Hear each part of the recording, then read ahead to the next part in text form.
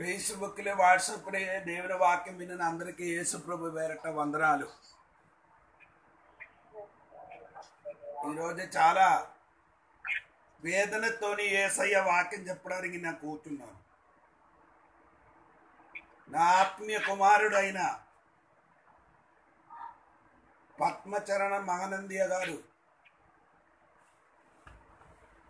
దేవుడి సన్నిధిని చేరిపోయింది. ఆ దైవదాసుడు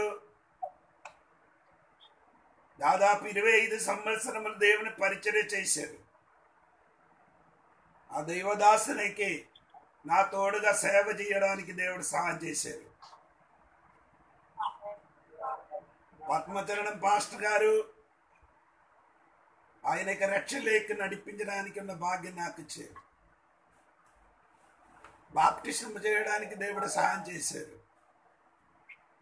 ఆయన వివాహం గురించి అన్ని కార్యములు సిద్ధపరచడానికి సహాయం చేశారు. బైబిల్ స్కూల్ పంపించడానికి సహాయం చేశారు. దేవుడు నాకు నా తోడుగా దాదాపు 5 సంవత్సరములు పరిచర్యలో కొనసాగించడానికి దేవుడు దైవదాసునికి సహాయం చేశారు. అనేక చోట్ల మనం ఇద్దరు వెళ్ళి వాక్య పరిచర్య చేశారు. ఆ దైవదాసుడు రీసలు ఆంధ్రలో చాలా స్థలములు దేవుని పరిచర్య చేశారు. చాలా మందిని రక్షింపబడారు, బాప్టిజం పొందారు. కొత్త కొత్త సంఘం కట్టడానికి దేవుడు సహాయం చేశారు. కానీ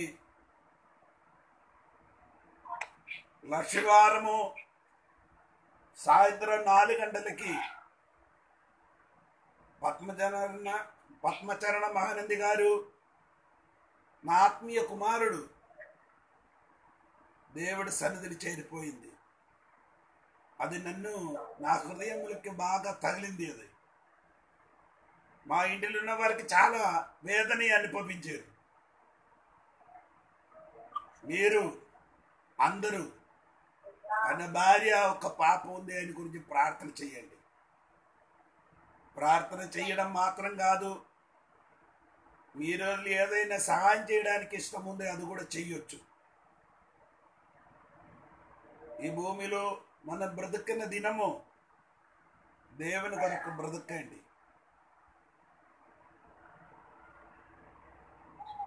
ఆయన ఆ దేవదాసుని సమాధి కార్యములకు కూడా నేను వెళ్ళి పాలు పొందడానికి దేవుడు సహాయం చేసిన ఆయన స్తోత్రం.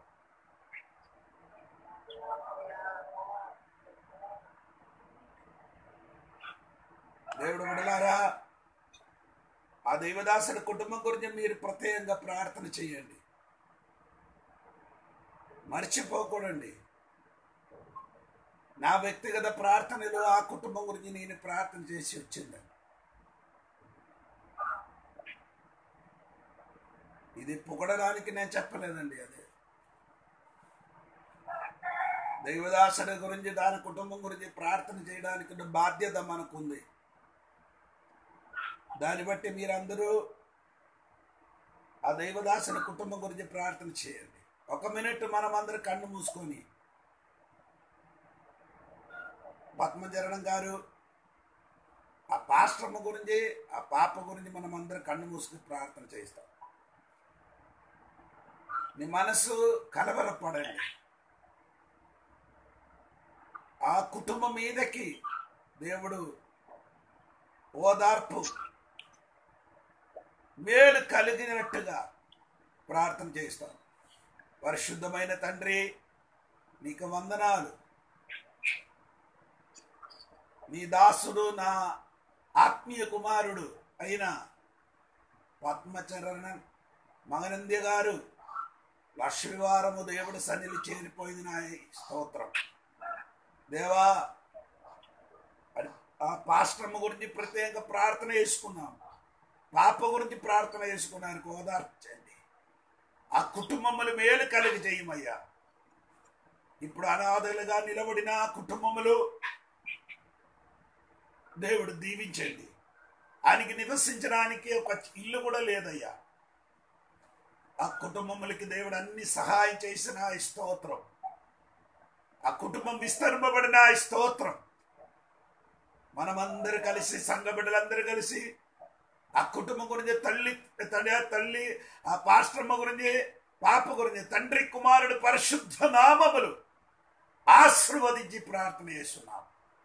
దేవుడు ఆ కుటుంబములు దీవించిన స్తోత్రం, ఆ కుటుంబములకు ఓదార్చిన స్తోత్రం. ఈరోజు దేవుడు మనతో మాట్లాడిన స్తోత్రం. యేసు నామములు అడిగి వేడుకున్నారు తండ్రి, ఆమేన్. దేవునికి వందనాలు, స్తోత్రం. ఎఫెసీ పుస్తకం, తిమోథెయోస్ పుస్తకం నుండి మీరు వాక్యం విన్నారు. 2 తిమోథెయోస్ 2వ అధ్యాయం నుండి. ఇంకా మనం ఈరోజు రోమపత్రిక 8వ అధ్యాయము 28. రోమపత్రిక 8వ అధ్యాయము 28వ వచనం. దేవుని ప్రేమించు వారికి, అనగా ఆయన సంకల్పం చొప్పున పిలువబడిన వారికి మేలు కలుగుటకై సమస్తమును సమకూడి జరుగుచున్నామని ఎరుగుదాము. కొన్ని నెలల్లో ఈ వాక్యం నుండి మనం నేర్చుకున్నారు. ఈరోజు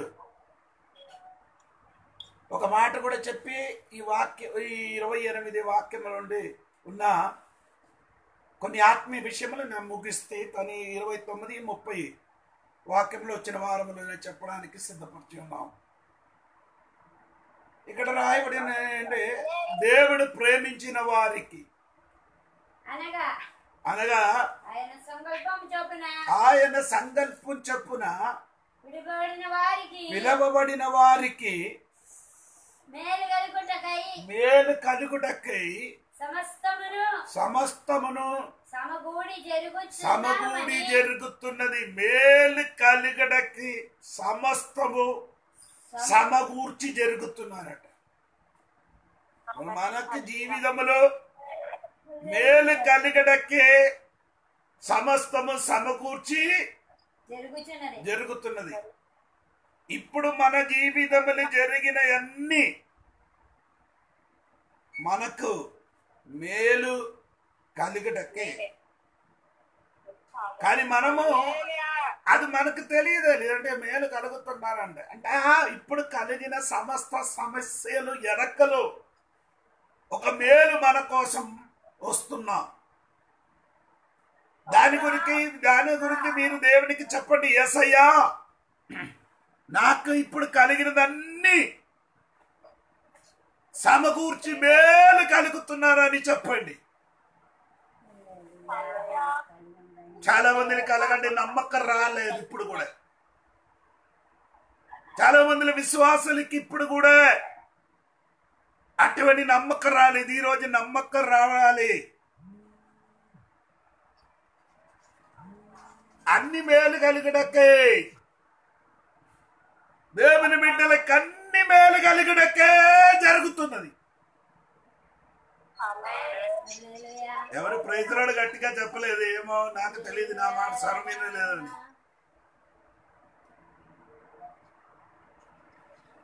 అందుకే పోయిన వారములు నేను చెప్పిన మాట మీకు అందరికీ మనసు నుండినట్టుగా నేను అనుకున్నారు ఉందా?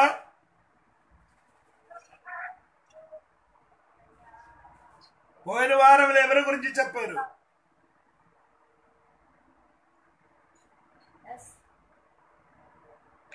ఎవరి గురించి చెప్పారు?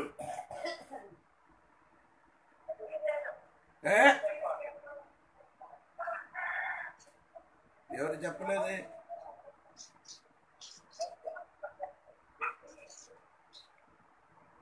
పోయిన వారంలో ఎస్తేర్ గురించి చెప్పారు. అందరికి ఎందుకు వచ్చారో వాడికి తెలియదు. ఇక్కడ కూర్చున్నారో వాక్యం వింటున్నారో. ఈ జూమ్ ఇలాగండి ఆన్లైన్లో అయితే అందరికీ మంచిదండి. కొందరైనా ఇది ఆపు చేసి ఎక్కడో వెళ్ళిపోతుంది. కొందరు ఇది ఇక్కడ ఓన్ చేసి ఇంటికి వెళ్ళి వంట చేస్తారు. మీరు దేవుడి సన్నిధిలో వచ్చినప్పుడు ఇక్కడ మన చర్చిలు ఎలాగ ఆరాధన చేస్తున్నారో అదే విధంగా వాక్య పరిచర్యలో మీరు వినాలి. ఈ వినడం మాత్రం కాదు, చెప్పిన వాక్యం అన్నీ రాసి ఉంచండి. ఏది రోజు ఏది వాక్యం చెప్పారంటే కరెక్ట్ రాసి ఒక కాగితాలు లేదా ఒక నోట్బుక్లో రాసి ఉంచండి. ఉంచి నేర్చుకో. ఈ చెప్పిన వాక్యం నీ జీవితంలో మార్పు జరగాలి, మార్పు చెందాలి. అది కొందరికి వాక్యం విని ఈ చెవితలో విన్నారు, ఈ యువతలో నుంచి వెళ్ళిపోవడమే, లోపలికి దిగలే. మనస్ఫూర్తిగా శ్రద్ధ కలిగి దేవుడు వాక్యం వినాలి. అలాగా వింటూ ఉంటే జీవితం మారిపోతుంది. నేను ఎస్తేర్ గురించి పోయిన వారం అని చెప్పింది. ఇప్పుడు ఎస్తేర్ జీవితంలో అమ్మా నాన్న చిలిపితనములు ఏమైంది? చనిపోయారు. ఆ చనిపోయిన వలన అప్పుడు భయంకరమైన నొప్పి, వేదన, నిరాశ కలిగింది. చివరికి అమ్మ జీవితములో మంచి ఆనందం కలగడానికి ఆ అమ్మ నాన్న మరణం కారణమైంది. అమ్మ నాన్న మరణించలేకపోతే ఆ ఎస్తేరు జీవితంలో ఒక రాణిగా మారదు. ఎందుకు? అమ్మా నాన్న తోడుగా ఉన్న కాబట్టి. అంటే దేవుడు మనకు ముందుకు మనం తెలియలేనట్టుగా కొన్ని విషయాలు చేస్తున్నారు. ఎందుకంటే మన మేలు కొరకు. అది ఎంతమందికి అర్థమైందండి నాకు తెలియలేదు. ఈరోజు మన జీవితంలో జరిగినదన్నీ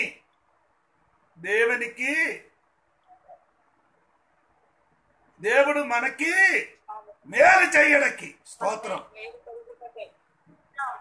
ఎస్తేరు జీవితంలో జరిగినదన్నీ ఎస్తేరుకి మేలు కలగడకే దేవుడు అన్నీ చేశారు. దేవునికి స్తోత్రం. ఈరోజు ఆదికాండము లెక్కరండి. ఆదికాండము 27వ అధ్యాయము మొదటి వచనం చదవండి. ఇస్సాకు వృద్ధుడై అతని కన్నులకు మందదృష్టి కలిగినప్పుడు అతడు తన పెద్ద కుమారుడైన ఏశావుతో. చాలండి. ఇస్సాకుకి ఏం కలిగింది? కన్నుల దృష్టి. వృద్ధుడైనప్పుడు కన్ను దృష్టి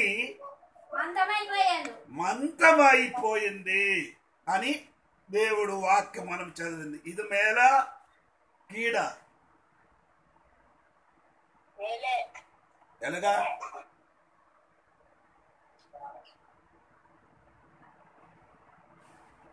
ఎలాగా మేల అయింది కూడా చెప్పాలి కదా మీరు.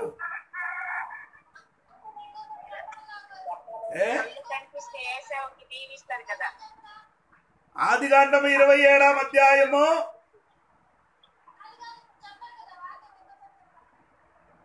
అదే ఆదికాండం 27 మొదటి.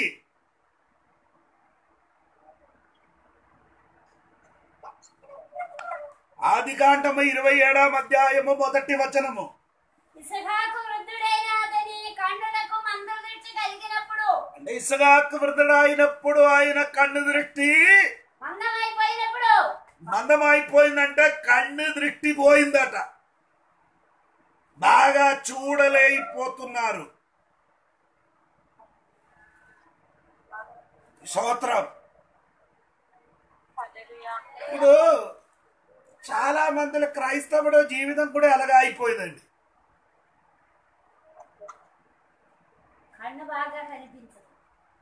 కన్నుంది, బాగా కనిపించలేదు. అంటే మనము మొదటి సమూయేలుకి రండి, 3వ అధ్యాయములకి రండి. మొదటి సమూయేలు 3వ అధ్యాయము 2వ వాక్యం.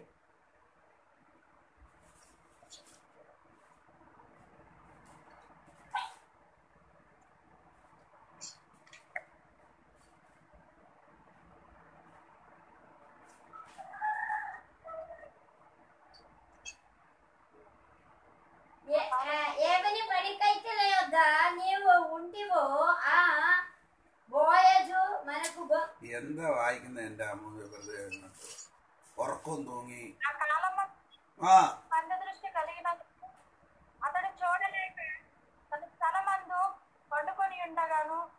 సరే అమ్మా. ఏంటి ఒక్కసారి కూడా చూడు రెండో వాక్యము. ఆ కాలమందు ఏలి కన్నులు మందదృష్టి. ఏలికి ఇప్పుడు ఏమైంది?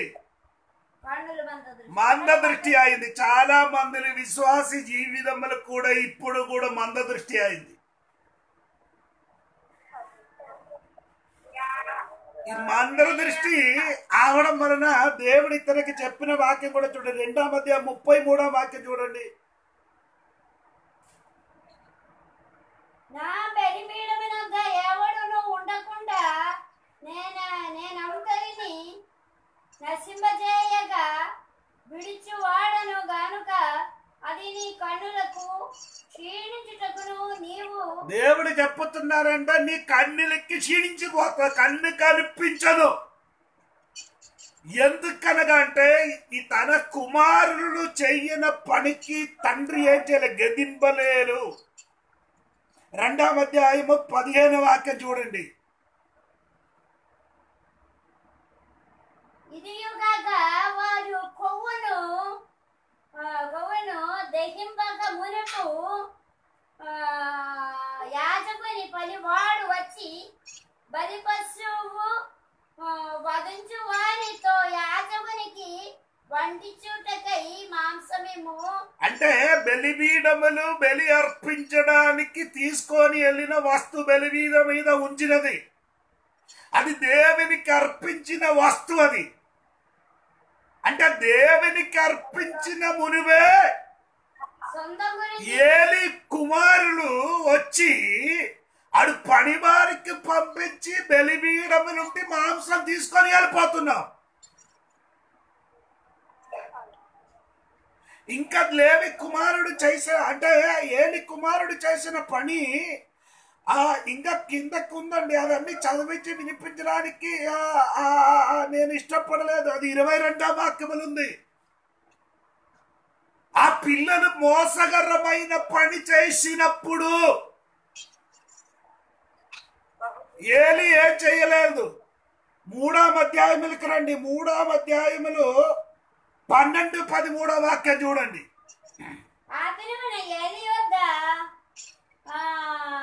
ఉంటిన వారిని గురించి నేను చెప్పినదంతయు వారి మీదకి రెప్పిందును. దాని చెయ్యి మొదలుపెట్టి దాని ముగిందును. తన కుమారులు తమను తాము శాపగ్రస్తులుగా చేసుకొని చున్నారని తానెరిగియు వారిని అడ్డగించలేదు. పిల్లలు చేసిన పని ఎరిగి వారిని ఏం చేయలేదు, అడ్డగించలేదు. ఎవడు? ఏలి. ఏలి అంటే ఆ నాడులు దేవాలయములు కూర్చి యాజక ధర్మం చెయ్యిన దైవదాసుడు తన పిల్లలు చెయ్యిన పని తెలిసినప్పుడు ఆ పిల్లలకి అడ్డగించలేదు, ఆ పిల్లలకి గద్దింప చెయ్యలేదు. ఎందుకు? ఏలి కన్నేమైంది? కనిపించలేను కాబట్టి. ఈనాడు కూడా ఇది కాదా జరుగుతుంది? నీ కన్ను దృష్టి కనిపించలేను కాబట్టి నీ పిల్లలకి అడ్డగించలేదు, గద్దింపలేదు. పిల్లలు తప్పు చేసినప్పుడు పిల్లల తప్పులకి మనమేం చేయాలి? అడ్డగించాలి, గద్దించాలి. కానీ పిల్లలు కన్ను దృష్టి తండ్రికి కనిపించలేదు కదా. తండ్రిలు కొన్ని తల్లి తండ్రి అలాగండి. పిల్లలు తప్పు చేస్తే పిల్లలు పక్షములు నిలబడి మాట్లాడుతుంది. ఎందుకు అలాగ మాట్లాడుతున్నారంటే ఆడు కన్ను దృష్టి పోయింది. పిల్లలు తప్పు చేసిన పిల్లలు కట్టుపరచాలి. నీ మంచి విశ్వాసి చెట్ట విశ్వాసి అంటే తెలియాలంటే నీ మొబైల్ చూసుకుంటే తెలిసిపోతుంది. ఏ పాట వింటున్నారో, ఏ పాట వేస్తున్నారో అది చూసుకుంటే తెలిసిపోతుంది ఈ మంచివాడ చెట్టవాడ అంట. హల్లెలూయా. అంటే అలాగే నేను చెప్పిన మాట అంటే నీ ఇంటిలో నీ తల్లి తండ్రికి విశ్వాసీలకి కన్ను దృష్టి బాగా ఉండాలి. ఏళ్ళకి కన్ను దృష్టి పోయిన కాబట్టి కుటుంబములు జరిగిన విషయము ఎరుగుతున్నారు కానీ అడ్డుపరచను, గదింపలేదు. చాలా మంది విశ్వాసుల పిల్లల జీవితంలో తల్లిదండ్రికి బాగా తెలుసు ఉన్నావు, కానీ ఆడ ఏం చేయరు, అడ్డగించను, గద్దింపను. ముద్దు మాటలు చెప్తున్నారు. ముద్దులో నా తోడుగా అందరూ ఉన్నారా? ఉంటే నా తోడుగా చెప్పాలి స్తోత్రం. పిల్లలు తప్పు చేసినప్పుడు తప్పుకి ఏం చేయాలి? అడ్డగించాలి. మనము అడ్డగించలేకపోతే పిల్లల జీవితం ఏమవుతానమ్మా, పాడైపోతున్నట్టుగా దేవుడు వాక్యములు చెప్తున్నారు. అంటే బైబిల్ చెప్పిన మాట మీరు 2 కొరింథీ పత్రిక 4 వాక్యం చూడండి త్వరగా.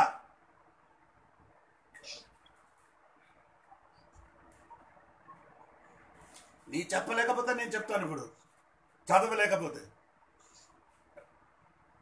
మీకు దుఃఖము కలుగవేసినని కాదు, ఈ ఏడల నాకు కలిగి ఉన్న అత్యధిక. వేరే ఎవరైనా చదవడానికి ఉంటే చదవండి.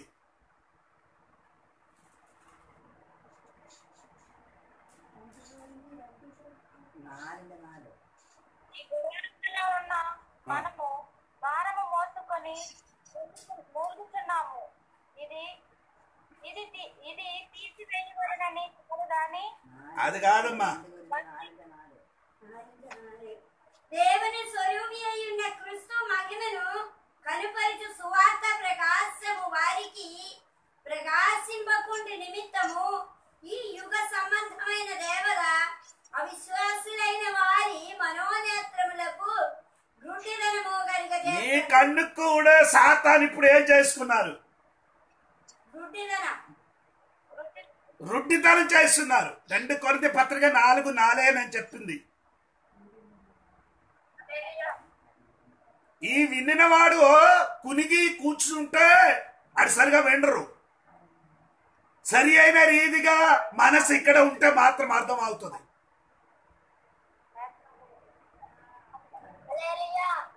ఈ దేవత అందరు కన్నుకే చేసుకున్నాను, రుడ్డితనం కలిగి చేస్తున్నారు. అంటే కనిపించకుండా ఆత్మీయ మందత, ఆత్మీయ చీకటి కొందరు జీవితములు కలుగ చేసిన కాబట్టి ఆడికి ఆత్మీయమేది అది తెలియదు. అందుకని సంఘములుగా మారిపోయింది. సంఘ బిడ్డల జీవితములు దర్శనం పోయింది. కన్ను కనిపించలేదు. దేవుడు నిన్ను ఎందుకు ఈ భూమిని ఉంచారు, దేనికి దేవుడు నిన్ను పిలిచారు, ఆ ఉద్దేశం తెలియకుండా కొందరు జీవించున్నావు. కొందరు అనుకున్న తినడం, తాగడం, ఇల్లు కట్టడం, వివాహం చేయడం, పిల్లలు కన్నాలి, పిల్లలకి పెంచాలి, ఇదే నీ ఉద్దేశము. అది ఉద్దేశం ఒక్కటే. అది కంటే పెద్దది, ఘనమైనది దేవుడి సేవ. ఆ మనోనేత్రము వెలుగంటే ఈరోజు నీ దర్శనము వెలుగంచేయండి. ఇప్పుడు దర్శనములకు అన్ని మారింది. అన్ని ఎరిగి ఉన్నారు కానీ అడ్డిగించలేదు. అన్ని ఎరిగి ఉన్నారు, గదింపలేకపోతున్నాం. ఈ ఆత్మీయ కన్ను దృష్టి ఉన్నవాడు విశ్వాసులు తప్పు చేసినప్పుడు ఏం చేస్తున్నారు? అడ్డగిస్తుంది, గద్దిస్తుంది. ఎందుకనగంటే నీ వెళ్ళిన మార్గము మంచిది కాదని వాక్య పరిచర్య చేసిన దైవ దాసునికి బాగా ఎరుగుతున్నాం. ఆ ఎరిగిన కాబట్టి నిన్ను గదిస్తున్నారు. అప్పుడు నేను చెప్పిన మాట ఏంటంటే, ఆ మనోనేత్రం ఏంటంటే చేస్తున్నారు సాతాను. గుడ్డిదనం రొడ్డితనం చేస్తున్నారు. ఇది ఎఫెసీ పుస్తకాలకి రండి. ఎఫెసీ పత్రిక 1:17-18 వాక్యం చూడండి.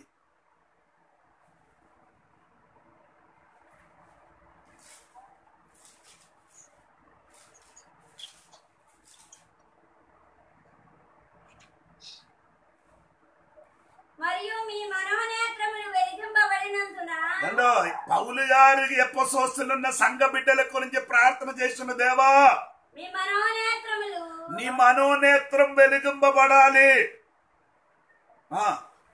ఆయన మిమ్మల్ని పిలిచిన పిలుపు ఓ నెలను నిరీక్షణ అండో మనోనేత్రం వెలిగింపబడితే ఆయన మిమ్మల్ని పిలిచిన పిలిపికిన్న నిరీక్షణ అంటే ఆశ. అంటే దేవుడు నిన్ను పిలిచినది అందే. నీ మనోనేత్రం వెలిగింపబడితే దేవుడు మిమ్మల్ని పిలిచినదికి ఒక ఆశ ఉంది.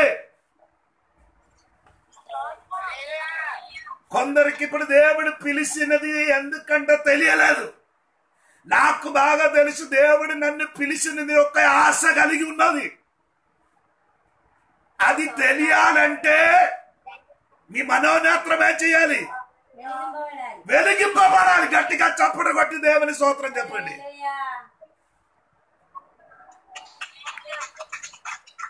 గట్టిగా చప్పుడు కొట్టి దేవుని మహిమపరచాం.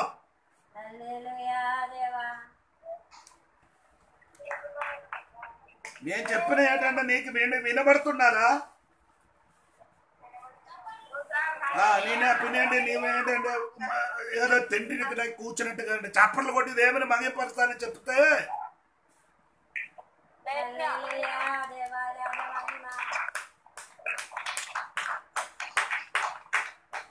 అప్పుడు నేను చెప్పిన మాట ఏంటండి, ఎఫెసీయుల సంఘ బిడ్డలకి పౌలు గారు ప్రార్థన చేసేదేవా, ఇటు మనోనేత్రం వెలిగింపబడాలి. మనోనేత్రం వెలిగింపబడలేకపోతే ఏం జరుగుతున్నది?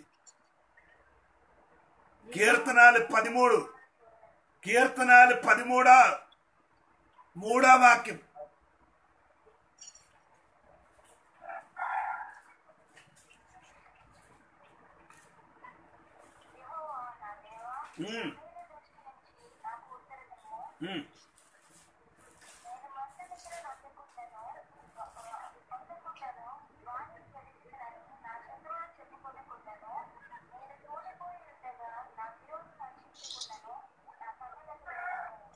నా కన్నుకి ఏం చేయాలి?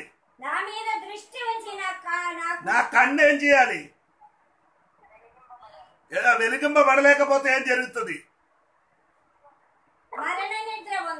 మరణ నిద్ర పొందుతామ్మా. చాలా మంది విశ్వాసులకి ఇప్పుడు కన్ను వెలిగింపబడలేదు. దాన్ని బట్టి ఏమవుతున్నది? మరణ నిద్రలోనికి వెళ్ళిపోతాం. అందుకే దావీదు మహారాజుడు ప్రార్థన చేస్తున్నారు, దేవా నా కన్ను వెలిగించుమను. ఈ పగడి సమయం నేను కూడా ప్రార్థన చేస్తున్నది. వాక్య పరిచర్య చేసిన వినిన దేవుని బిడ్డల వారందరూ వారి కన్ను దృష్టి వెలిగించాలి. వెలిగించలేకపోతే వారందరూ మరణ నిద్ర పొందుతున్నారు. దేవా మరణ నిద్రలోకి వెళ్ళకుండా మా కన్ను ఈరోజు అంటే నా కన్ను దృష్టి వెలిగించాలి.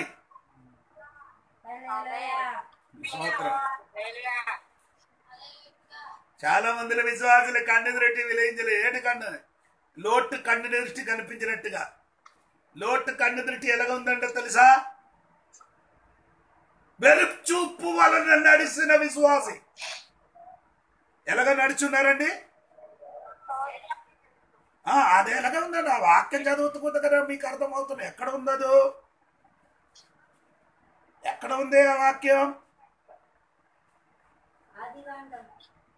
2 కొరింథీ పత్రిక 5వ అధ్యాయము 7వ వాక్యం అని అనుకున్నారు. తెలుగుని చూడండి. అది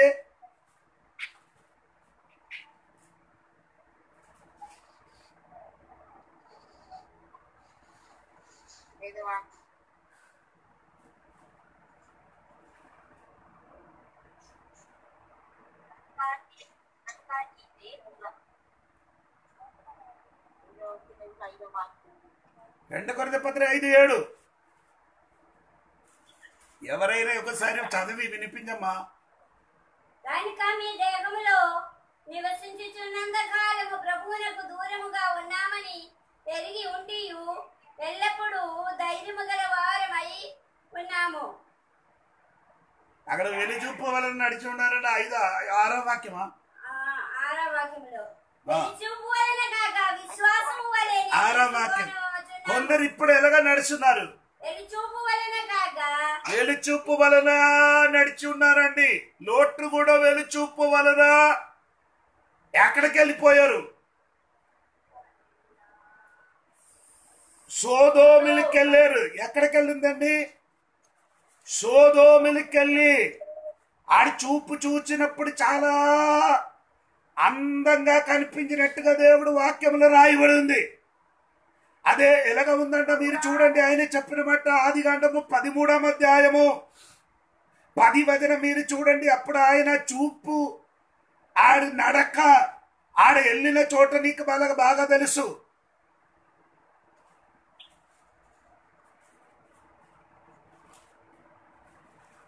త్వరగా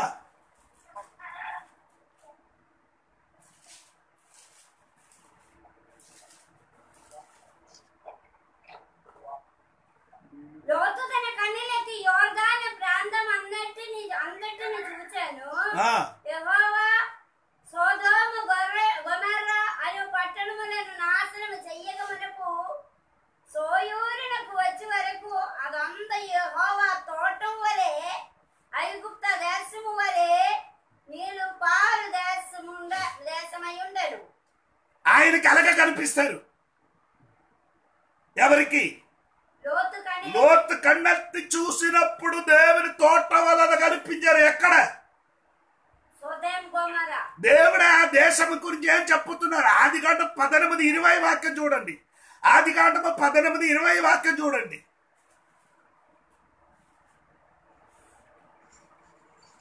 మరియు యెహోవా సొదొమ గొమొర్రాను గురించిన మరి మొర్ర గొప్పది గానుకను వాటి పాపము బహు భారమైనది. హల్లెలూయా. ఆ దేశము మహా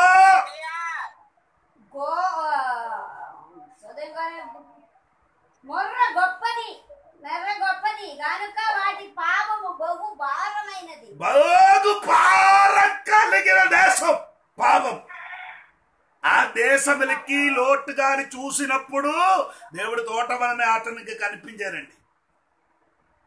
నేను ఈరోజు చెప్పుతున్నానండి, నీ కన్ను దృష్టి బాగా వెలిగింపబడలేకపోతే నీ వెళ్ళి ఎక్కడికి వెళ్ళిపోతాను? ఆ మగ భారం కలిగిన సోదోమికి వెళ్ళి నువ్వు నీ పిల్లలు అందరూ ఆకాశములుగా అగ్ని కురిపించి నశించిన చోటకి నీ వెళ్ళి నాశనం అయిపోతాం. అక్కడికి వెళ్ళకుండా నీ కన్ను దృష్టి వెలిగించండి. స్తోత్రం. కన్ను దృష్టి వెలిగింపలేకపోతే ఈ కాలంలో చూసినదన్నీ చాలా అందంగా కనిపిస్తుంది, కానీ ఆయన వెనకలు నీకొక మరణము ఉన్నది. అంటే కన్ను దృష్టి బాగా కనిపిస్తే మనము ఎక్కడ పడిపోరు. నేను చెప్పిన ఈ పైనున్న కన్ను కాదండి, లోపలిన కన్ను. నీ మనోనేత్రము వెలగాలి. అక్కడ వెలిగితే మంచిదేది చెడ్డదేది తెలిసిపోతుంది.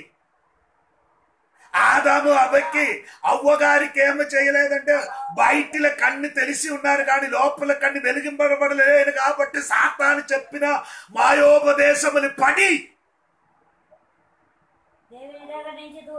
దేవుడు వశము నుండి దూరమాయనే వెళ్ళిపోయిన. కాబట్టి మనం కూడా, నేను కూడా, నువ్వు కూడా ఈ రోజు ప్రయాసపడుతున్నాం. అది కారణభూతుడు ఎవడు? హవ్వ గారి. నేను చెప్పిన అర్థమైందండ. ఒక్క అమ్మ చేసిన తప్పు వలన తరతరములు ఇప్పుడు శాపం వచ్చింది. నీ కన్ను దృష్టి బాగా వెలిగింపబడలేకపోతే నీ వెనక్కలు వచ్చిన పిల్లలు కూడా నాశనం అయిపోతుంది. అందుకని మన కన్ను దృష్టి వెలిగించడానికి ప్రయత్నించండి. నేను చదివిన వాక్యంలోనికి రండి. ఆదికాండము 27వ అధ్యాయము 1వ వచనం చూడండి. ఆదికాండము 27వ అధ్యాయం 1వ వచనం. ఇస్సాకు వృద్ధుడయ్యాయి కన్నులకు మందదృష్టి కలిగినప్పుడు. అంటే ఇస్సాకు వృద్ధుడైనప్పుడు ఆడి కన్ను దృష్టి ఏమైంది? మందదృష్టి. ఆడి నాన్నగారు అబ్రహాం గారు ఈ వయసులో వచ్చినప్పుడు కన్నుకి ఏమవలే, కన్ను దృష్టి ఉన్నది, కన్ను దృష్టి పోలే. ఈ కొడుకు కందుకెలగా వచ్చింది. అది నేను చెప్పడానికి వస్తున్నా. అది తెలియడానికి మనకి కొన్ని వాక్యం వెనక్కి వెళ్ళాలి. ఆదికాండము 20 అధ్యాయము 25 అధ్యాయం 22వ వాక్యం చూడండి.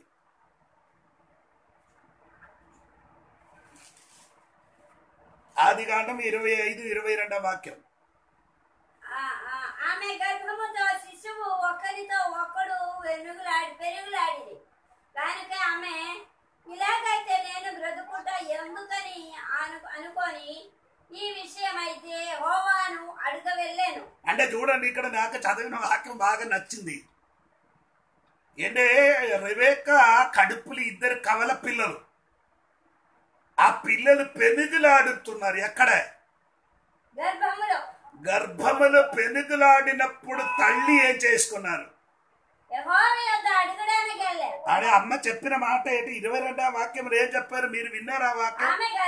శిశువులు ఒకరితో ఒకడు పెనుగులాడిరి గానుక ఆమె ఇలాగైతే నేను బ్రతుకుట అంటే అమ్మ చెప్తున్నా ఇలాగా అయితే నేను ఎందుకు బ్రతుకుటని. అదే మీరు కూడా ఈ రోజు చెప్పుతున్నా నేను ఎందుకు బ్రతుకుతున్నారని. అది మనుషుడు చెప్పకుండా దేవునికి చెప్తే బాగుంటాయి. ఈ విషయమై అందుకే నేను చెప్పిన మాట ఏంటంటే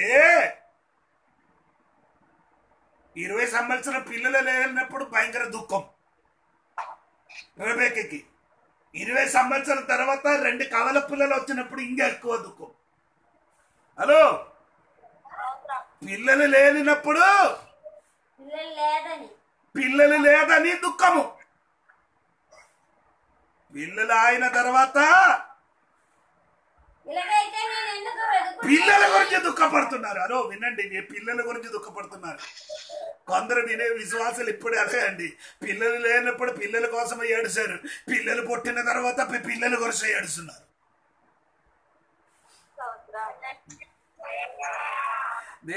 దేవుడు బిడ్డల బాధ మీరు చూడండి. అంటే ఈ అమ్మ ఏం చేశారు?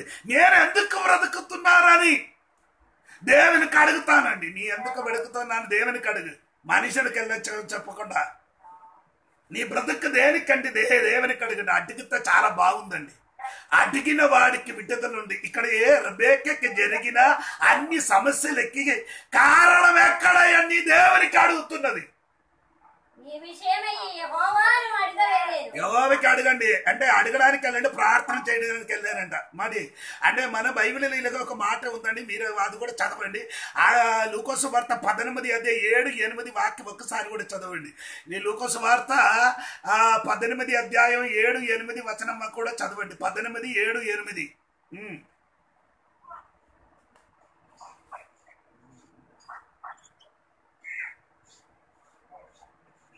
దేవుడు ఏర్పరచుకొని వారి దివారాత్రులు కన్ను గురించి మెర్ర పట్టుకొని చుండగా వారిని న్యాయము తీర్చడానికి. దివారాత్రి దేవుడికి అడగండి, మరబట్టి అడగండి. అడిగితే దేవుడు ఏం చేస్తుంది? వారికి న్యాయం దొరుకుతుంది.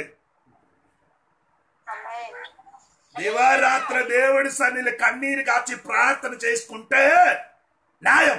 ఇంకా కింద 8 వాక్యం చూడండి. 8 వాక్యం ఇప్పుడు 7 చదివింది. న్యాయం దొరుకుతుంది. ఆయన వారికి త్వరగా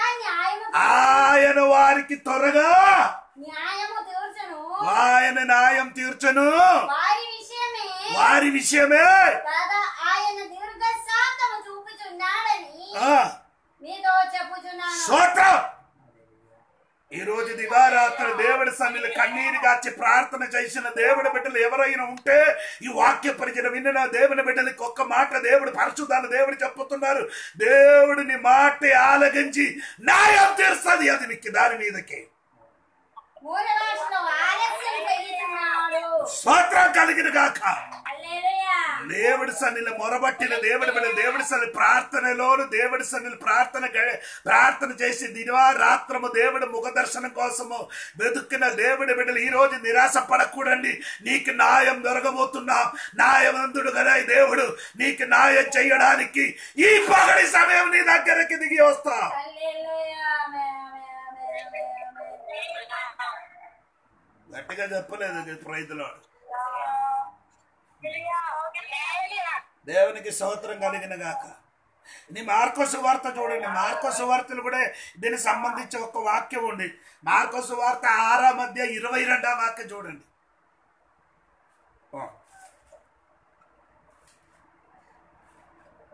నీకు చదవలేకపోతే నేను చెప్తాను. మార్కోసు వార్త 6:22 వాక్యం. అప్పుడు హేరోదు కుమార్తె లోపలికి వచ్చి నాట్యమాడి హేరోదును అతన్ని కూడా పంక్తిని కూర్చున్న వారిని సంతోషపరచును గానుక రాజు నీకు ఇష్టమైనది ఏదైనాను నన్ను అడుగుము, నేను నీకు ఇచ్చేదనని ఆ చిన్నవాడితో చెప్పాను. అంటే చిన్నవాడికి చెప్పుతున్న రాజుని ఏమి అడిగితే నీకు ఇస్తామని ఎవరు చెప్పారు? రాజు. ఆయన పేరు హేరోదు. యేసయ్య అతనికి ఎలాగ పిలిచారు? నక్కయ్య అంటే పిలిచారు. యేసయ్య ఆయనకి ఎలాగ పిలిచారు?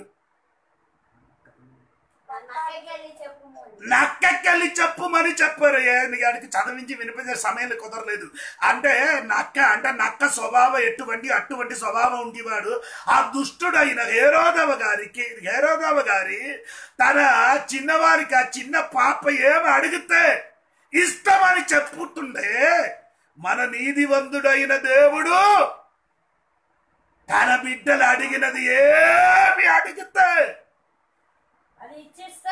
అది దేవుడు నీకు ఇస్తాను. అందుకని దేవుడు ఒక అడుగుడి ఆమె చెప్పాలి. బిచ్చే అడగడ కాదు.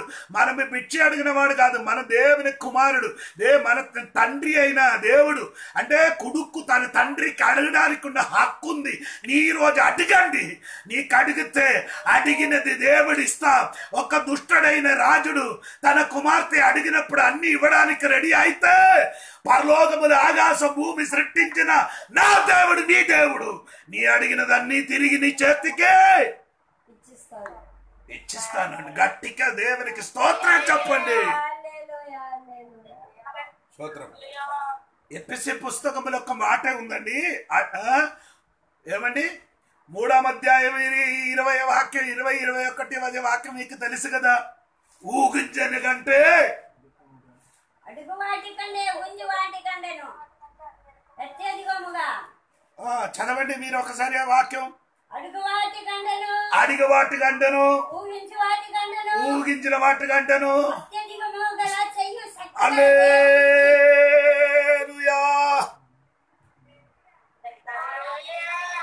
నీ ఈ పగడి సమయములో అడిగిన కంటే ఊహించిన కంటే అత్యధికంగా శక్తి కలిగిన దేవుడు మన దేవుడే.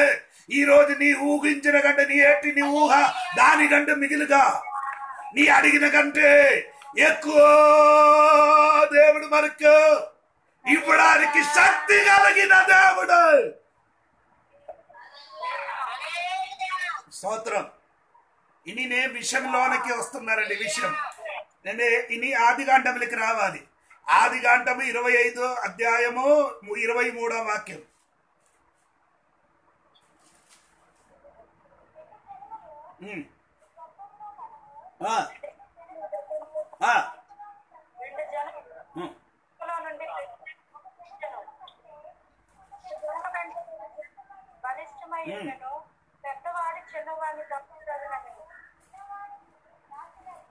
హల్లెలూయా చెప్పొచ్చు కదా. ఇది దేవుడు ఎవరికి చెప్పింది? రెబెక్కకి. ఏం చెప్పింది? పెద్దవాడు చిన్నవాడికి దాసుడు అవుతున్నారు. అంటే పెద్దవాడు ఎవడు? ఏసావు. చిన్నవాడు ఎవరు? యాకోబు అంటే ఇశ్రాయేలీలు చెప్పిన మాట నేను తర్వాత చెప్తాను. ఇంకా మీరు యాకోబు చెప్పినట్టు 27వ అధ్యాయంలోకి రండి. 27వ అధ్యాయం చెప్పండి. 27వ అధ్యాయము 27వ అధ్యాయములో అమ్మ 27వ అధ్యాయములు 4వ వాక్యం చూడండి. 4వ వాక్యం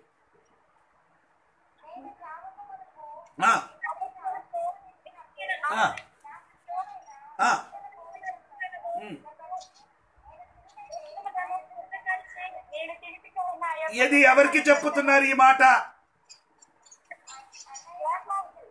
కాదు, ఇస్సాకు పెద్ద కొడుకుకు చెప్పుతున్నారు. ఇస్సాకు ఎవరికి చెప్పుతున్నారు అంటే ఇస్సాకు తలంబు ఎవరు దీవింపబడాలి?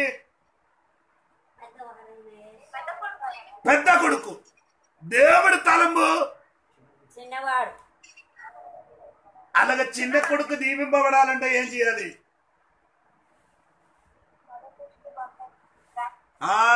స్తోత్రం స్తోత్రం స్తోత్రం స్తోత్రం.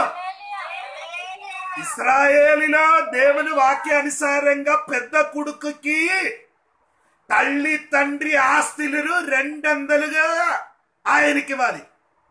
చిన్న కొడుకు ఒక్క ఇస్తే పెద్ద కొడుకు ఎంత ఇవ్వాలి? 2 ఇవ్వాలి.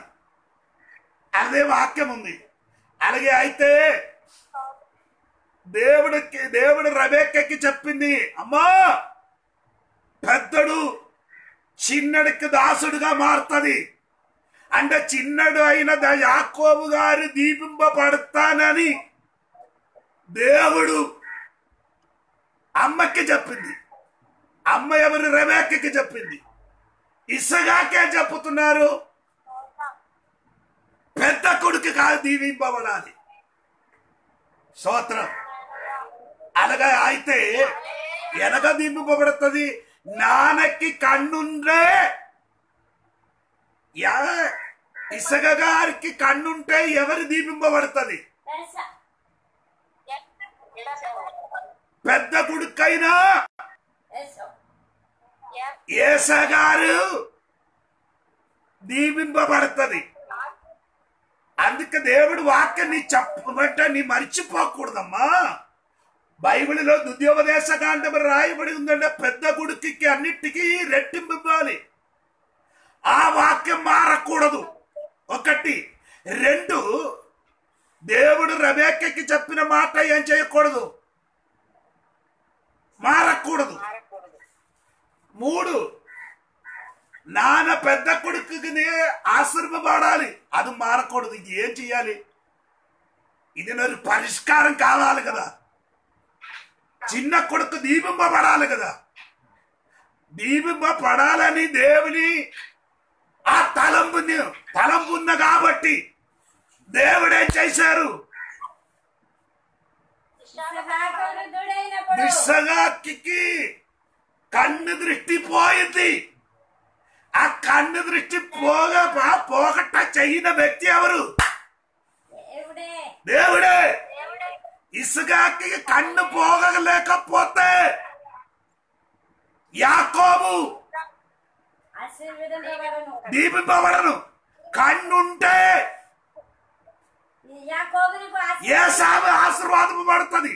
కన్ను పోయిన కాబట్టి హల్లెలూయా, యాకోబునికి ఆశీర్వాదం వచ్చింది. స్తోత్రం కలిగిన గాక. ఈ పగడి సమయంలో ఆదివారం వాక్యం వినిన దేవుడి బిడ్డలు మర్చిపోకూడండి. నీకేదో నష్టం కలిగితే భయపడకూడండి.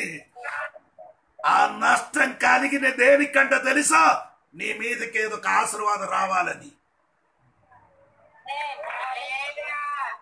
స్తోత్రం. ఎందుకంటే నేను మొదటి చదివిన వాక్యం మర్చిపోడు. దేవుడు సంకల్పం చెప్పిన పిలువబడిన వాడికి అన్ని మేలు కలిగడకే సమస్తం సమకూర్చి జరుగుతున్నది.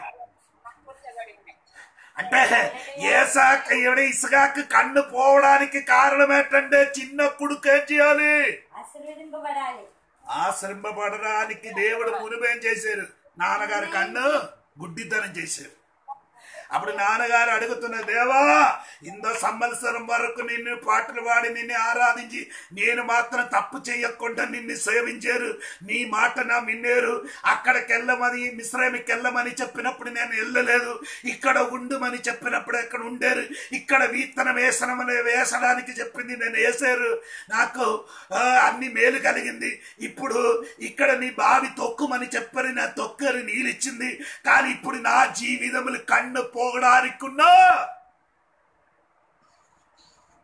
కారణమేమని దేవునికి అడిగితే దేవుడు చెప్పుతున్నారు, నైనా నీ కన్ను పోగడానికి కారణం నేనే. నీ కన్ను పోగితే మాత్రము నా ఉద్దేశం నెరవేరుస్తుంది. నా ఉద్దేశం ఎవరి మీదే ఉన్నారు? నా తలము యాకోబు మీదే ఉంది. నా ఉద్దేశం యాకోబు మీదే ఉంది. ఆ కుమారుడు దీవింపబడాలంటే, ఆ కుమారుడు ఆశీర్వబడాలంటే నీ కన్ను పోగాలి. స్తోత్రం కలుగునుగాక. అవునా? కొందరు మన దగ్గర నుండి దూరంగా వెళ్ళడానికి ఎందుకంటే తెలుసా? దూరంగా వెళితే మాత్రం నీ ఆశ్రమపడుతుంది. వారు ఉంటే నీ దీవింపబడరు. నేను చెప్పిన మాట రెడీ అంటే నీకు అంత అర్థమవుతున్నది తెలియదు. ఆదికాండం 13వ అధ్యాయము అబ్రహాములో అంటే అబ్రహాము లోటు ఆడిద్దరు సహోదరుడు. ఆడేం చేశారంటే ఆడు పనివాడు మధ్యలో ఏమైంది? చిన్న గొడవలు అయింది. గొడవలు అయినప్పుడు అబ్రహాం ఏం చెప్పారు? తమ్ముడు నీ ఎక్కడికి వెళ్ళాలి? నీ కుడి పక్కకి వెళ్తే నేను ఎడం పక్కకి వెళ్తాను. నేను ఎడం పక్కకి వెళ్తే తమ్ముడు వెళ్ళిపోయిన తర్వాత దేవుడు అబ్రహాముకి ఏం చెప్పింది ఒక్కసారి చెప్పొచ్చా?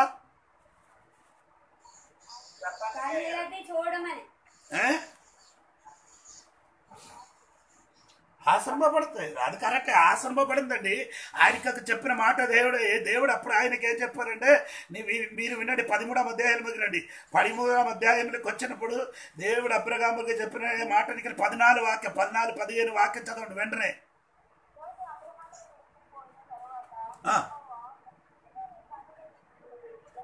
ఎవరు వెళ్ళిపోయిన తర్వాత ఇప్పుడు వరకు ఎందుకు ఆడు తల ఎత్తుకొని చూడలేదు?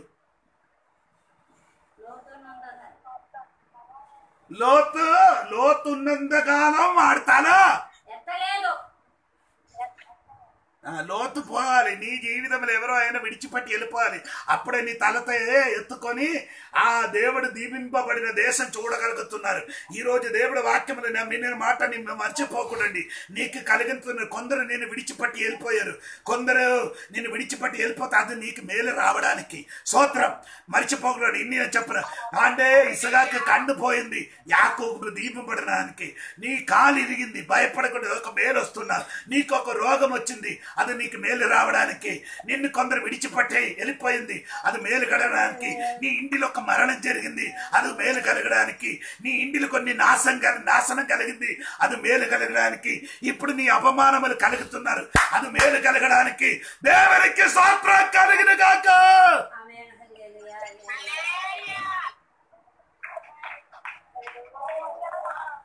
ఎంతమంది ఈ రోజు నమ్ముతున్నారని నాకు తెలియదండి. ఇసగాకుకి ఒక్క విషయం తెలియలేదు ఏంటంటే, ఇసగాకు కన్ను ఏమైంది? కన్ను దృష్టి పోవడానికి కారణం దేవుడు. ఎందుకలగంటే చిన్న కుమారుడు దీపింపబడాలని దేవుడు ఉద్దేశం ఉన్నది. స్తోత్రం. ఆ ఉద్దేశం నెరవేరాలంటే ఇసగాకు కన్ను పోవాలి. ఇసగాకు కన్ను దృష్టి పోవడం వలన ఎవరికి మేలు కలిగింది? అదే స్తోత్రం చెప్పలేదు ఎవరు. ఇప్పుడు నీకేదో చిన్న సమస్యలు కలుగుతున్నారు కదా. ఆ ఆపరేషన్ జరిగింది, ఆ జ్వరం అంటే గడికడికి రోగం వస్తున్నారు, గడికడికి వేదన వస్తున్నారు. భయపడకూడండి. తిరిగి చెప్పు, నాకు వెనకలు మేలు వస్తున్నారు చెప్పండి. హల్లెలూయా హల్లెలూయా నీకు తెలియదమ్మా, దేవుడి ఉద్దేశం నీకు తెలియదు. నీ కన్నుతోని కనిపించలేదు. దేవుడు నీ కోసం సిద్ధపరిచి నీ కన్నుతోని కనిపించలేదు. ఒక మనిషి హృదయంలో ఒక తలంపు కూడా రాలేదు. కానీ ఒక్క విషయం నేను చెప్పుతున్నాను, మనం చూసినప్పుడు ఇప్పుడు మనకు కలిగినది మాత్రమే కనిపిస్తున్నది. స్తోత్రం. ఇది నా చెప్పిన స్టోరీ చెప్పుకొని నిన్న మాట ముగిస్తున్నానండి. యాకోబు అంటే దీపింపబడాలంటే ఇస్సాకు కన్ను పోయింది. ఇస్సాకు కన్ను పోయి అలాగ కూర్చున్నప్పుడు యాకోబు ఏం చేస్తున్నారంటే మంచి ఆహారం తెచ్చి నాన్నగారి దగ్గరికి వచ్చి ఏం చేశారంటే ఆశీర్వాదం పొందినట్టుగా దేవుడి వాక్యం ఉంది. అంటే నేను ఒక్క విషయం అడుగుతున్నానండి, మీరు చెప్పాలి, దేవుడి బిడ్డలు చెప్పాలి. యాకోబు ఆ ఆహారం తెచ్చుకొని నాన్నగారి దగ్గరికి వచ్చినప్పుడు నాన్నగారు పనివాడికి పిలిచి అడగొచ్చు కదా, నేను ఇప్పుడు నా దగ్గర నిలబడినది పెద్ద కొడుక చిన్న కొడుక అని అడగొచ్చు కదా. అడగలే. అలాగా అలాగా అడగడానికి మనసు పుట్టించలేదు దేవుడు. స్తోత్రం స్తోత్రం స్తోత్రం స్తోత్రం. కొన్ని విషయములు మీరు అడగలేని కొన్ని పనిని చేశారు కదా, భయపడకూడండి. నీ అడగలేది నీ మోసపరిచిపోయిందండి, నీ భయపడకూడండి, అది నీకు మేలు కలుగుతుంది. యోషువ గ్రంథములు 9 అధ్యాయములు నా వాక్య పరిచయం మర్చిపోకూడండి. యోషువ దగ్గరికి గిబియోనరు వచ్చేయించిన పాత రొట్టి, పాత బట్టలు, పాత చప్పులు అన్ని ఇచ్చేసి యోషువ గారికి మోసం చేశారు. దాని ముందు జరిగిన అన్ని విషయములు యోషువ గారు దేవుడి సన్నిధిలో ప్రార్థన చేసి అడిగారు, దేవా నేను ఇది చెయ్యాలా అని అది అడిగి దేవుడి నుంచి ఉత్తరం పొందుకొని అది చేశారు. కానీ ఇప్పుడు ఇప్పుడు యోషువ గారు ఏం చేయలే, అడగలే. మనం కూడా కొందరు అడగండి, దేవునికి అడగకుండా కొన్ని వివాహం జరిపించారు, దేవునికి అడగకుండా కొన్ని పని మనం చేశారు. మనం పని చేసిన తర్వాత మనకు ఇప్పుడు చేదనిపిస్తున్నారు. భయపడకూడండి. నీ అడగకుండా నీ ఏదైనా చేసిన అనుకో, దేవుడు చెప్పుతున్నారు ఈరోజు గట్టిగా పరిశుద్ధాత్మ దేవుడు మాట్లాడుతున్నారు. సంకల్పం చూపిన పిలవబడిన వారికే సమస్తము మేలు కూడా మేలు కలిగినక్కే సమకూర్చి జరుగుతున్నది. స్తోత్రం. ఆడ అనుకున్నారు ఈ వివాహం చేశారు, ఆడ నిన్ను మోసం చేశారని అనుకున్నారమ్మా. అది మోసం కాదమ్మా, అది నేనెక్కిలి దేవునికి ఒక ఉద్దేశం జరిగిందండి. స్తోత్రం.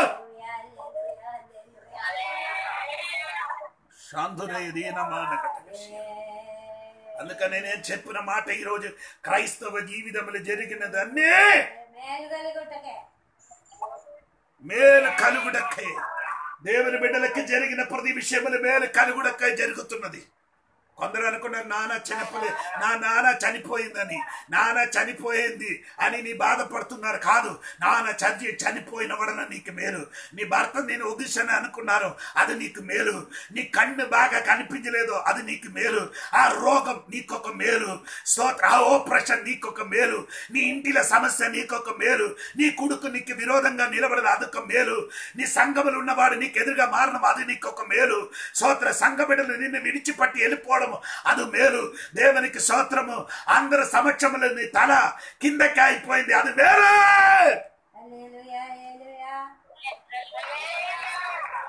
ఇది నన్ను వెనక్కి దేవుడి చెయ్యి పని చేస్తున్నారయ్యా.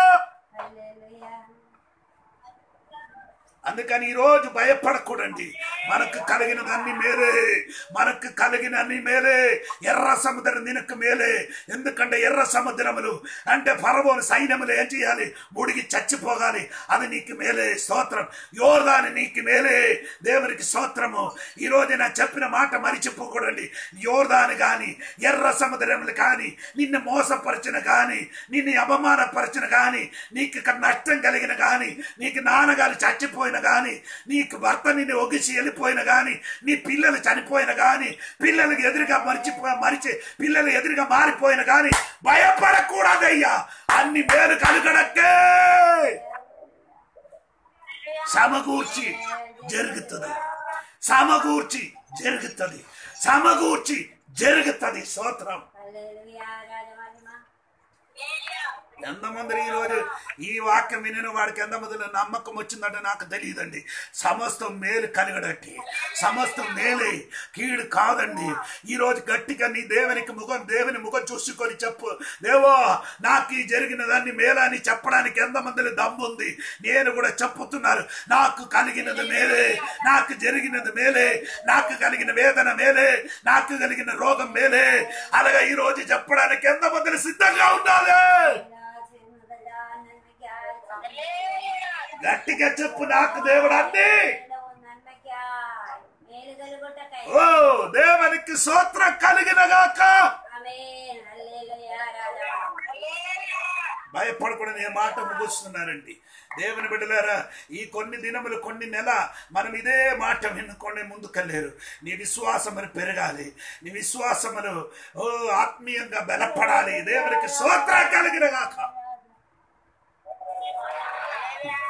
దేవుడు అన్ని మనకు మేలు చేస్తున్నారు. దేవునికి స్తోత్రం. అందుకని ఈ శ్రమలు చూసుకొని, ఈ కరోనా మనకి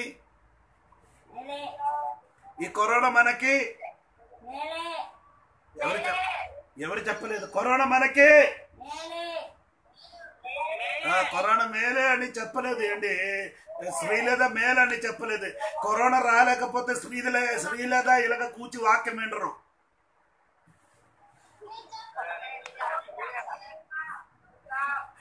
కరోనా సరిగా వచ్చిన కాబట్టి శ్రీలేద ప్రతి ఆదివారం వాక్యం సరిగా వింటున్నారు. దేవునికి స్తోత్రం కలిగిన గాక. నాకు చాలా ఆనందంగా అనిపించిందండి. దేవునికి స్తోత్రం. కరోనా నాకు వచ్చినది మేలే. స్తోత్రం. అందుకని ఈరోజు భయపడకూడండి. బైబిల్ చదివిన ఆదికాండము 27 మొదటి వాక్యములు అంటే ఇసగాకు కన్ను దృష్టి పోయింది. కన్ను మూసుకోండి, ప్రార్థన చేయబోతున్నా.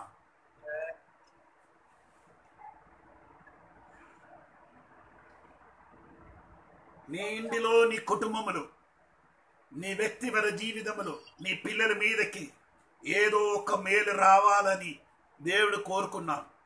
ఆ మేలు రావన మునుపే మీకు తెలియకుండా కొన్ని విషయము నీ ఇంటిలో, నీ కుటుంబములో, నీ వ్యక్తిగత జీవితములు జరుగుతుంది. అది చూసుకొని భయపడకూడదు. ఆ సమస్యలు చూసుకొని నిరాశపడకూడదు. దేవునికి చెప్పు, దేవా ఈ రోగం వచ్చినది నాకు మేలే, ఈ సమస్య వచ్చినది నాకు మేలే, నాకు అన్ని కుటుంబంలో చిన్న చిన్న పొరపాటు జరిగిన మేలని చెప్పడానికి ఎంత మొదలు సిద్ధంగా ఉన్నాను నాకు తెలీదు. నాను మట్టం దేవునికి చెప్తున్నా, నాకు ఈ 40 దేవా ఈ ఇంతవరకు 35 సంవత్సరములు నా జీవితంలో జరిగినవన్నీ నాకు మేలే చెయ్యుడట్టే. సమస్తం సమగోష్ఠి జరిగారు.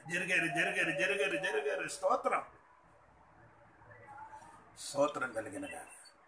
అందుకని దేవుడు బిడ్డలారా, ఈరోజు సమస్తం మేలు కలుగుతున్నాం. స్తోత్రం. వచ్చిన వారు కూడా అదిలోకి 2 మాటలు కూడా చెప్పి ఈ మాట ముగిస్తుంది. కన్ను మూసుకోండి, ప్రార్థన చేసి. పరిశుద్ధమైన తండ్రి, నీకు వందనాలు. మనకు దేవుడు అన్ని మేలు చేస్తున్న కాబట్టి స్తోత్రం. ఇస్సాకు జీవితంలో కన్ను దృష్టి పోవడానికి కారణము చిన్న కుమారుడు దీవింపబడాలి. అందుకని దేవుడు మునిపే ఇస్సాకు కన్ను దృష్టి పోకట చేశాడు. అలాగా మన కుటుంబములు, మన ఇంటిలో, మన సంఘములు, సంఘ బిడ్డల మధ్యలో చాలా సమస్యలు, రోగములు, దుఃఖములు వాడి జీవితం వస్తున్న అన్ని మేలు కలగటకే అయ్యా. ఆ కుటుంబము ఈరోజు వాక్యం విన్న ప్రతి బిడ్డలు, సంఘ బిడ్డలకి వాట్సాప్లో, ఫేస్బుక్లో వాక్యం విన్న ప్రతి కుటుంబంలో దేవుడు దీవించండి, మేలు చెయ్యండి అయ్యా. మనకు చెయ్యినదన్ని మేలే. దేవునికి స్తోత్రం కలిగిన. కూడి వచ్చిన సంఘ బిడ్డలకు అందరికీ దేవుడు దీవించి ఆశీర్వదించండి. దేవుడు నాకు జనాధికారి తండ్రి, కుమారుడు పరిశుద్ధ నామములు ప్రతి బిడ్డలకి ఆశీర్వదించి ప్రార్థన చేస్తున్నాను. విడుదలిచ్చిన స్తోత్రం, దీవించిన స్తోత్రం యేసు నామములు అడిగి వేడుకున్నారు తండ్రి. తండ్రి యొక్క కుమారుడు పరిశుద్ధాల దేవుడు సదాసం ఇప్పుడు ఎల్లప్పుడు సదాకాలము మనందరి తోడే ఉండి మమ్మల్ని నడిపించిన కాక. ఆమేన్. Praise the lord.